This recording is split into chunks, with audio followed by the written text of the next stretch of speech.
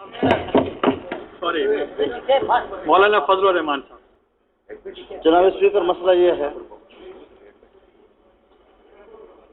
کہ میں مسلم لیگ کے محترم اراکین کی خدمت میں عرض کروں گا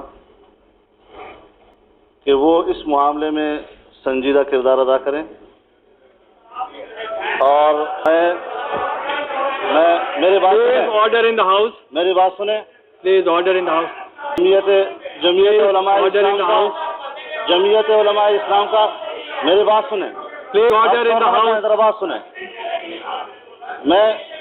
میں گزارش کرتا ہوں، مسلم لیگ نے اس ایوان میں آج تک کسی دینی موضوع پر ہمارا ساتھ نہیں دیا ہے. وہ ہم سے یہ توقع نہ رکھے کہ ان کی اقتدار کی جنگ میں ہم ان کی جنگ لڑیں گے. مسئلہ بنیادی طور پر یہ ہے جناب اسپیکر، مسئلہ بنیادی طور پر یہ ہے کہ ہم نظریاتی لوگ ہیں، اور اگر میری بات سنیں جناب speaker please order in the house. جناب اسپیکر، میرے خیال میں آپ ان حضرات کو روکیں. آپ ان حضرات کو روکیں. میں گزارش کرتا ہوں جناب اسپیکر. تشریف رکھیں پلیز. جناب اسپیکر، آپ میری بات سنیں. جناب اسپیکر، آپ بات پلیز. نو کراس ٹاکس. آپ آرام سے مولانا صاحب, واٹ از یور سبمیشن؟ مولانا صاحب میری ایک سیکنڈ. مولانا صاحب میرے چیمبر میں جو بات ہوئی تھی وہ یہ ہوئی تھی کہ یہاں آج ایڈجرنمنٹ موشن پٹ کیا جائے گا. That will become the property of the house when the minister for interior will be present, so then we can debate. I agree with this. تو اس لیے آپ اس کو اگر اپوز کرنا ہو یا سپورٹ کرنا آپ کر سکتے ہیں, مگر I think this is a collective responsibility of the cabinet. You can't stop it. کہ آپ اگر یہ کہیں کہ وہ adjournment motion نہ آئے. جناب اسپیکر. یس مولانا فضل الرحمان صاحب, ہم ایک سنجیدہ موضوع پہ بات کر رہے ہیں.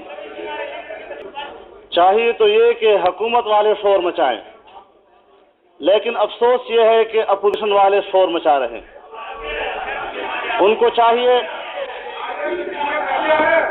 ان کو بتا دیں جناب اسپیکر, اپوزیشن کے لوگوں کو بتا دیں, مسلم لیگ کے لوگوں کو بتا دیں کہ اپنے دور حکومت میں ملک کا خزانہ آپ نے لوٹا ہے, ہم نے نہیں لوٹا. اور پیپلز پارٹی کے ساتھ آپ کی جنگ محض دولت لوٹنے کی ہے. ہم نے نواز شریف صاحب کا ساتھ بھی دیا تھا.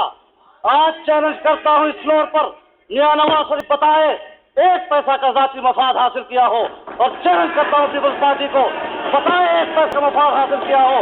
اور آپ ہمارے ساتھ بات کرنا چاہتے ہیں, تمہارے چہرے ہمیں معلوم ہیں, تمہارا کردار ہمیں معلوم ہے, ملک کو لوٹنے کا عمل ہمیں معلوم ہے.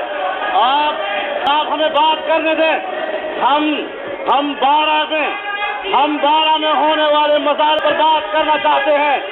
ان مظالم پر بات کرنے کے لیے آپ کو آج ہماری رہنمائی کرنی چاہیے تھی.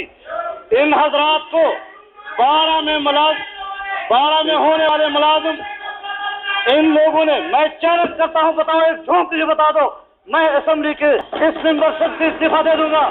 ایک جھونک بھی بتا دو. پلاٹیں بنانے والے تم ہو, کوٹھیاں بنانے والے تم ہو, پلاٹ بنانے والے تم ہو, ہم لوگ نہیں ہیں. چیلنج کرتا ہوں میرا نواز شریف کو بھی, بتائیں میدان میں آئیں. یہ صاف دامن لوگ پاکستان کی تاریخ میں ہاتھ واضح کریں گے. کسی دور میں بتائیں, ہمارا جرم ایک ہی ہے کہ ہم نے میاں نواز شریف صاحب کو وزیر اعظم نہیں بننے دیا, اس لیے کہ انہوں نے ملک سود کے نظام کو رواج بخشا تھا. میرے محترم دوستو, ہم آج وہی جنگ لڑ رہے ہیں. ہم آج ان کو موقع دے رہے ہیں کہ وہ اس جنگ میں ہمارا تعاون کریں. ہم آج بھی کہتے ہیں کہ سود کے خاتمے میں ہمارا ساتھ دیں, لیکن ان کو توفیق نہیں ہو رہی. جناب والا, ان حضرات نے مسئلے کے رخ کو توڑنے کی کوشش کی ہے. مسلم لیگ آج اپوزیشن کی بڑی پارٹی ہو کر اس ایوان کے موضوع سے 12 میں